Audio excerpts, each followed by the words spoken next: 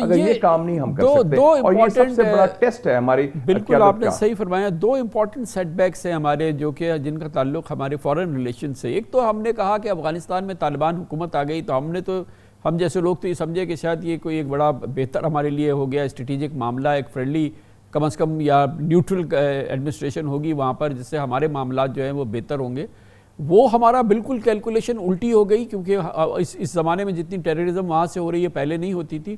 دوسری جانب ہمارا بہت ہی عظیم ترین دوست چین، اس کی ریزرویشنز ہمارے حوالے سے اس سال کے دوران جو ہیں وہ بڑی بڑھ گئی ہیں، اور سی پیک بہت ٹھنڈا سا ہو گیا ہے جو کہ ہم عام آدمی جس کو وہ نظر آ رہا ہے. تو یہ دو فورن پالیسی کے حوالے سے، جو فورن ریلیشنز کے حوالے سے ہمارے سیٹ بیکس ہیں، اس پر آپ کیا کہیں گے؟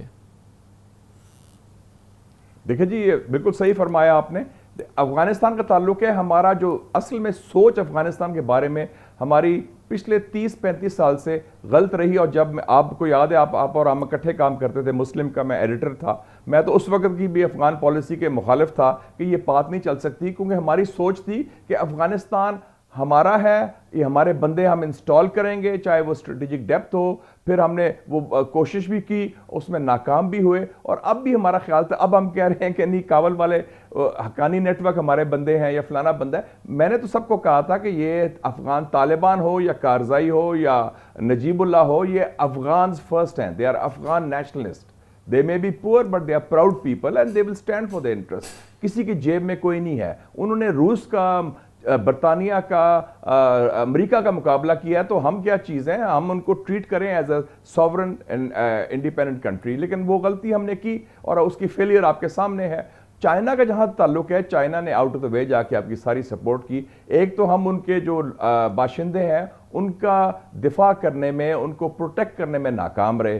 پھر ہماری پالیسی کبھی 1 سٹیپ فارورڈ 2 سٹیپس بیکورڈ ہوتی ہے. کبھی ہم تنقید کرتے ہیں، کبھی تعریف کرتے ہیں، اور پھر کلیئرٹی نہیں ہے. جی، ہم نے 1 ونڈو آپریشن کا وعدہ کیا تھا ان کو، ہم پورا نہیں کر سکے. تو چائنیز بھی کہتے ہیں کہ جی آپ چاہتے ہیں کیا ہے، آپ کی پالیسیز کیا ہیں، اور اب کلیئرٹی کیوں نہیں ہے. اور وہ چاہے ہم بلیم کریں بیوروکریسی کو یا حکومت کی تبدیلی کو، لیکن پرابلم تو ہمارے اینڈ میں ہے نا.